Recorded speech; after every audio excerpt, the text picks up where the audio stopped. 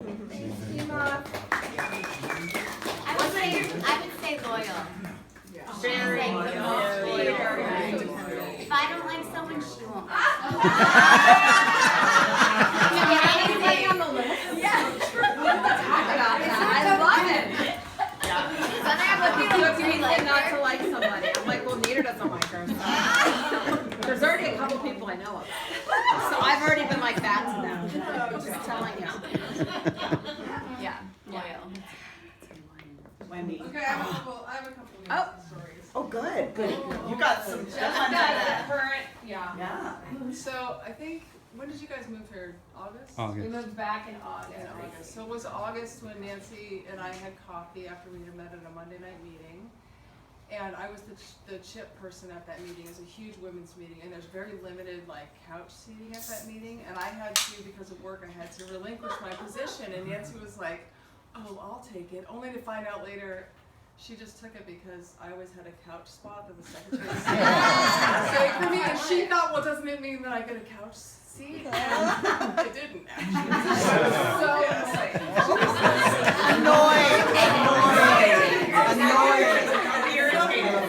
So we went to coffee, and she asked me to go to coffee, and we went to coffee, and then she said, well, I don't know if I want you to be my sponsor or my friend, I don't know, whatever.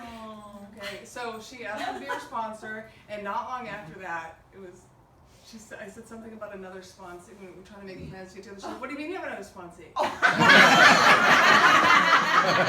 thought she was kidding. That is so Nancy. I like to be the only one.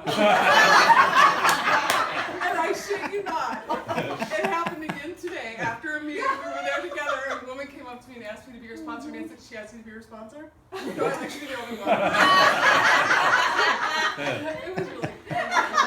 Okay, one more story. A few weeks ago, Nancy and I went to a women's retreat. Oh my God. We heard all about it. I heard about it. Oh yeah. And Nancy asked Betsy, "Is this like lesbian?" And all women are around. And Betsy's like, "No. We walk in, there's a big gay flag." I was like, "Oh shit!" Right? And then there were some interesting things going on, and some little games where you put certain body parts together, or whatever. And I was like, "Oh my God, it was embarrassing." And then when we were leaving the retreat a few days later, I was thinking to myself, I wonder how that all was for Nancy, because it was a total lesbian retreat. And Nancy said to me, well, when they were like, let's get cooter to cooter, I was all in.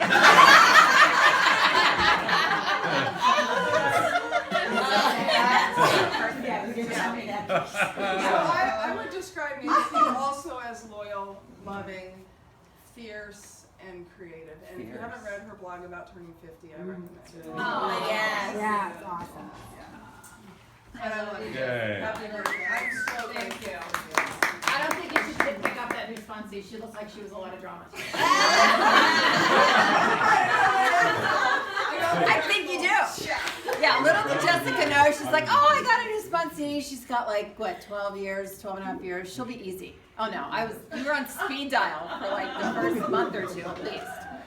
No, you're just Yeah. I know. All right, Wendy, do you have anything, Wendy? Wendy. Okay, so Wendy's known me since 7th grade. Seventh grade. So my stories are all way different than all They probably want to hear the Yeah. stories with alcohol involved. mine can't be short, but I did meet Nancy in 7th grade. I just moved to Pennsylvania, so we've known each other 38 years, maybe something. And back in those days, homeroom was alphabetically. So it was Nancy and then our other best Carter friend. and Caruso. And then Butera. And then we had lockers. She doesn't want me to tell the locker story because she has So a not memory true. fog and menopause fog has hit her. But we had lockers, back in the day, and you could take it off and turn it backwards. She would always mess with my locker. But her and Annie were like the hottest thing in junior high. So I was like, oh, I've got to get to be friends with these girls. I'm going to ride this coattail all the way down. So that, all the boys wanted Annie and Nancy. So I was confused back then, so I was tired. And then they got me to play field hockey, and then we played field hockey together. A black girl playing field hockey. This is great. And then I played basketball, and then they tried out. Nancy, I think. Did you try out for the softball? It didn't go too well. They didn't go too well. I started drinking with them. Yeah, and they were smoking cigarettes and drinking, and we were best friends. We'd spend the night at each other's house, and she would chase my father around the house. Thought he was Smokey Robinson. Yeah, it was pretty hot. Coming down. Sleepovers. There was about. The three of us were pretty tight, and then there were 2 junior highs, and then the 2 junior highs come together at high school.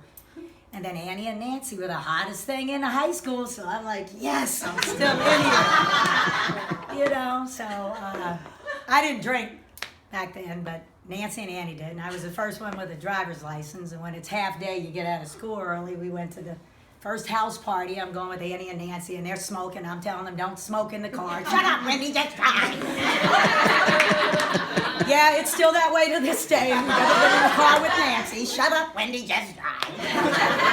So we get to this party. Wendy, have a beer. I don't drink beer. Wendy, take the beer.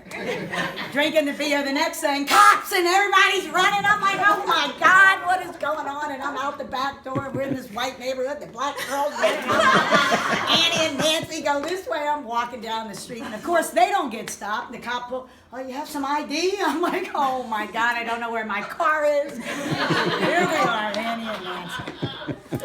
That was high school.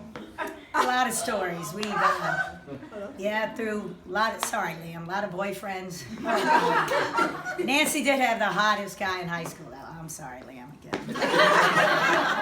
She did. That's and we've been through friends dying in high school, and then we got into college, and Jesus, that's where everything started.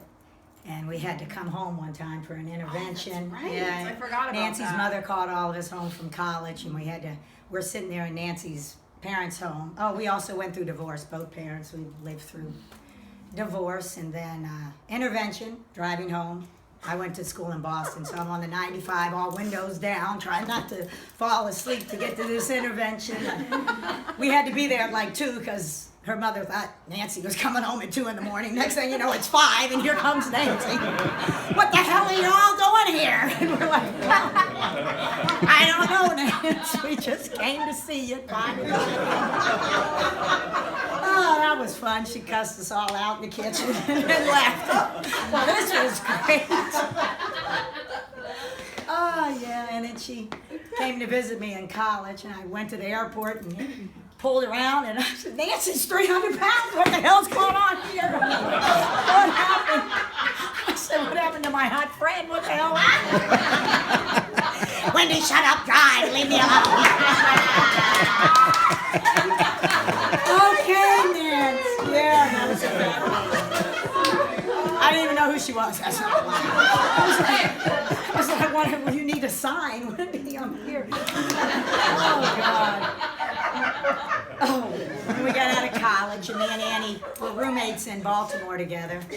Right. And, we used to have tailgates. My cousin went to the Naval Academy. We had a lot of parties on the weekends and stuff, and everybody was at the house. And then that was probably one of the worst times. Our best friend ended up getting cancer. And then her father thought the house that we lived in had radon gas, and the next thing you know, all these guys are coming in with these suits and all radon. I'm like, holy shit! And Nancy's like, well, I might have it too. I was there the whole time. I'm like, oh my God, So, and then our best friend died within 2 years, and I'm in the hospital, and our other friends, Nancy, and this is before cell phones and the cars, when you had the brick thing, I'm at a payphone in the hospital trying to get them. She had passed, don't come. It was a nightmare in the car. That was one of the worst phone calls, I think, because they were trying to get from Pennsylvania to Maryland, and I didn't like the one girl. So I was like, get off the phone. Just put Nancy on the phone. Who was that, Katie? No, Susan. Oh, yeah, Susan. Yeah, whatever. She's not going to be in the house in a couple weeks. No, she's not. Jesus, thank you. So I was like, just put Nancy on the phone. Oh, so then we had that, and then I moved to Maryland, another place, and Nancy would come and visit a lot. And Liam, you're lucky on this one. Some of these dudes were not. They were not the brightest bulb in the stadium. I was like, Nancy, what the hell is going on with this? Everyone I met, I mean, oh God. Thank you, Liam. I don't give a damn if y'all met at the Petco, but thank you. Oh God, and then we moved to San Diego, and then that's when we got the AA going, wasn't it? Yeah. I got a phone call. Wendy, do I owe you a letter? I was like, no, Nance, you don't owe me a letter or anything like that. He's like, I think you did use the N-word once in 38 years. She's like, yeah, I think I did. At Yeah. that party, but I Yeah. didn't remember it. It was in a blackout. Yeah. Oh, yeah. That was the stripper was there. Yeah, That the guy. stripper. Yeah. Yeah. Yeah. Yeah. Oh, and our other best friend. Now this one is priceless. Some of you will appreciate this. This is Nancy when she was drinking. I think there was Coke too in the bathroom. Yeah, back in these days. probably. Yeah. Okay, so I bring. Me and my first were together for 10 years. We were each other's first, and it's Stacy's wedding. Oh, It's yeah. at this country club. I mean, like you couldn't get any more foo-foo. We're all in this hotel, and we're in one room, and I hadn't said anything to my best friend she hadn't Nancy. told us yet? I hadn't said anything.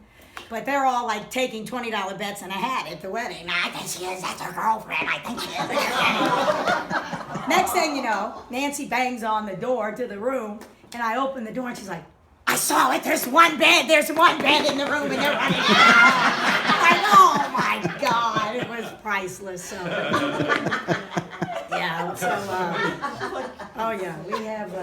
Whew. Yeah, there were a lot of funny moments. So. Do you remember when I called you to tell you I was getting sober? Oh, You're like, yeah. oh, thank God. I don't think I handled that too well, so let me apologize. But I was like, thank God, what took you so long? I was like, Jesus, you turned into somebody else. I don't know who you were. But yeah, we've seen parents die and been through a lot. And I have to say, all of you, I hear so much about all of you when she visits, and she says my sober friends, but you know, I have to say thank you because you all were a lifesaver to her when I guess the other part of the friends couldn't be. So I know the house in Palm Springs, we would all say thank you because she talks so wonderful about all of you, and you've helped bring her through a process that I'm trying to be Robert Downey now and go in another house and get a drink, but that's okay.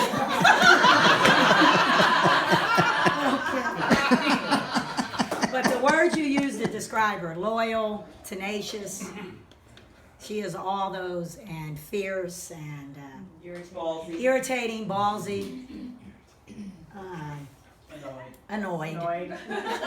Planner, she is the planner, and yeah, she usually meets me when she was living in Florida, and I go to Miami all the time for a women's festival. And Nancy, well, we're going to dinner at 6:05. I said, Nancy, I don't even wear a watch when I'm on vacation. Well, you're not going. No, we got to make reservations. I'm like, oh God, it's not that serious. But